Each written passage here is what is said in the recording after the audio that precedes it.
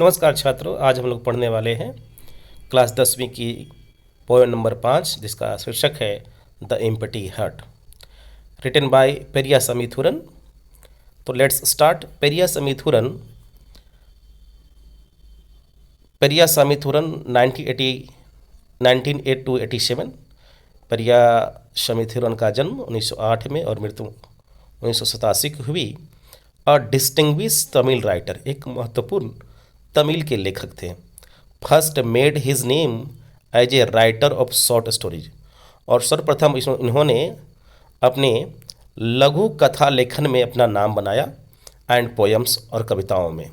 However यद्यपि कि he is the best remember today, वर्तमान समय में इन्हें याद किया जाता है as a editor of famous 10 volume general encyclopedia in Tamil.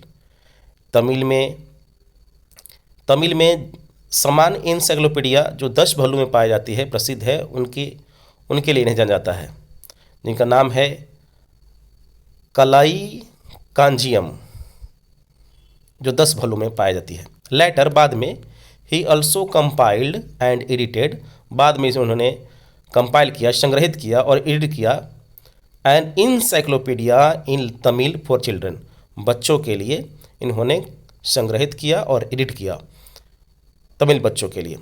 A master of style, इनका स्टाइल बहुत ही प्रसिद्ध था।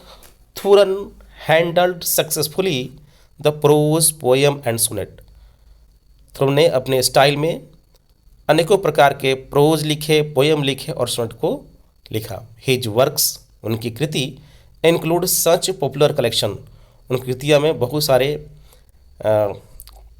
कलेक्शन शामिल हैं, जिनका नाम है इलांटिमिजा एंड तुरन कविथाकिया जो पोयम है, तंगा सिंगलिली जो शॉर्ट स्टोरीज है, एंड पुविन सिरुपी जो ऐसे के फॉर्म में है।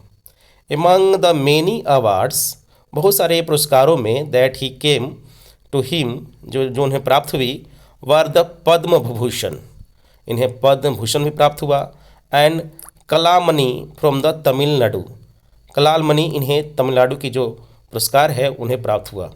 द पोयम, जो कविता हम लोग पढ़ने वाले हैं, द एम्प्टी हार्ट, कुरई कुडम जो तमिल में शीर्षक है और इंग्लिश में दिया गया है द एम्प्टी हार्ट, हाईलाइट्स, बताती है अ ग्रेट ह्यूमन वीकनेस, एक मनुष्य के बहुत बड़ी गलती, कमजोरी के बारे में बताती है, जिसका नाम है मैंस इनस्टेबल ग्रीड, मनुष्य की असीमित इच्छा के बारे में बताती है, लालच के बारे में बताती है, विच अल्टीमेटली डिस्ट्रॉय हिम, जो अंततः मनुष्य को बर्बाद कर देता है।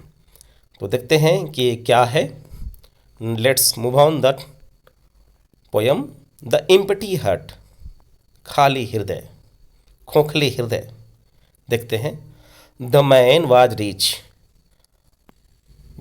रिच बट नॉट कंटेंट, एक व्यक्ति था जो बहुत ही अमीर था, एक व्यक्ति जो बहुत अमीर था, बट नॉट कंटेंट, कंटेंट मतलब संतुष्ट, लेकिन क्या था, अपनी शोहरत से, अपनी पैसे के, अपनी जो धन संपत्ति थी उनसे वह संतुष्ट नहीं था। हालांकि वो अमीर था फिर भी संतुष्ट नहीं था।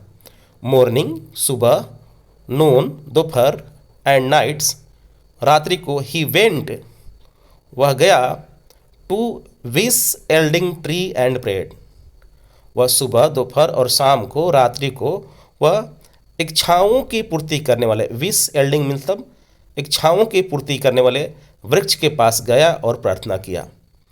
और वो जो पेड़ है जिसका नाम है कल्पका, और कहता है, ओ कल्पका आई सीक योर एड, हे कल्पका वृक्ष, मुझे तुम्हारी सहायता चाहिए। All I want is a pot of gold, बस मुझे केवल एक घड़े भर के सोने चाहिए। हे कल्पका वृक्ष, मुझे तुम्हारी आवश्यकता है, तुम्हारी सहायता है, बस मुझे एक घड़े भर के सोने चाहिए। हिज प्रेयर वाज ग्रांटेड सेवनफोल्ड, और इस प्रकार से वो कल्पका वृक्ष जो थी उनकी प्रार्थना को सुन लिया और 7 गुना उनकी प्रार्थना को 7 गुना सुना गया। फॉर एज ए गिफ्ट, और उपहार स्वरूप, टू हिम, उसे वाज गिवन, और उपहार स्वरूप उन्हें 7 गुना ज़्यादा, 7 गुना उन्हें उनके इच्छाओं को जो प्रार्थना किया था उन्हें प्राप्त हुआ।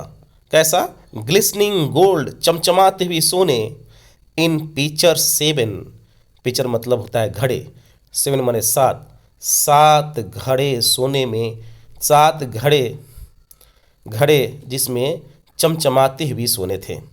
7 silver pitchers were now with him, और चूंकि जो जो घड़े थे वो किसके थे? वो चांदी के थे। तो इस प्रकार से चांदी से भरा हुआ 7 घड़ा, चांदी से बना हुआ 7 घड़े जिसमें सोने भरे हुए थे वो भी उन्हें प्राप्त हुए। यानी जो घड़े थे वो चांदी के बने हुए थे जिसमें सोने भरे हुए थे। Each with gold coins fill to brim, और इसमें सभी 7 चांदी के बने हुए घड़े में सोने लबालब भरा हुआ था। बट लेकिन द ट्री अनकाइंड टूक इनटू इन माइंड, लेकिन कुछ शरारत सूझी उस कल्पकम वृक्ष को। उसने क्या किया? To add and eight a half full pot, उसने क्या किया? उसने उन्हें 8वां घड़ा भी दिया, लेकिन वो 8वां घड़ा आधा भरा हुआ था। हाफ फुल पॉट यानी 7 घड़े सोने भरे हुए थे, पूरा सोना से लबालब भरा हुआ था, और जो वो भी घड़े थे वो चांदी के थे, उसमें सोना पूरा भरा हुआ था। 8वां घड़ा सोना भी मिला जो चांदी का बना हुआ था, लेकिन उसमें आधा भरा हुआ था। इस प्रकार से वो 8 घड़े सोने मिले, लेकिन 8वां घड़ा आधा भरा हुआ था। To fill this quick was his thought, और जब वह देखता है लालची व्यक्ति, टू फील दिस क्विक, उसे जल्दी भरना चाहता था, वाज हिज थॉट, उसके विचार में था कि जल्दी से जल्दी ये 8वां घड़ा भी भर जाए। यह विचार उसके मन में चल रहा था। The 7 full vessels he clean forgot, इस प्रकार से वह 7 जो घड़े भरे हुए थे चांदी के सिक्के से, वह भूल गया। उसको कोई चिंता नहीं हुई, वो उसको भूल गया, लेकिन उसका पूरा कंसंट्रेशन, पूरा ध्यान वो केवल 8वां घड़ा भरने पर चला गया। द डेमन डिजायर, इस प्रकार से दुष्ट विचार नाउ मेड हिम मैड, उससे पागल बना दिया, उसे बेचैन कर दिया कि किसी न किसी तरह से मेरे ये 8वां घड़ा जो आधा भरा हुआ है फुल हो जाए। ये दानवी विचार उसके मन में आया। तो फिर क्या करता है? To mother wife children goodbye he bade, और इस प्रकार से उसे भरने के लिए वो अपनी माता को छोड़ देता है, अपनी पत्नी को छोड़ देता है, अपनी बच्चों को छोड़ देता है, सभी को गुड बाय कह दिया और सभी को अलविदा कह दिया। वह इस प्रकार से पागल बेचैन हो गया था कि किसी तरीके से 8वां घड़ा भी भरना चाहिए, और इसके चक्कर में उसे कोई सुमति नहीं सूझी और वह बेचैन हो उठा। ही रोज बिफोर कॉक क्रो, वह सुबह मुर्गे की उठने से पहले, यानी मुर्गे की कुकड़ू की आवाज़ होने से पहले जगता। पास्ट मिडनाइट ही वर्क, और आधी रात से अधिक तक वह कार्य करता था। किस लिए? ताकि वो 8वां घड़ा भर जाए सोने से।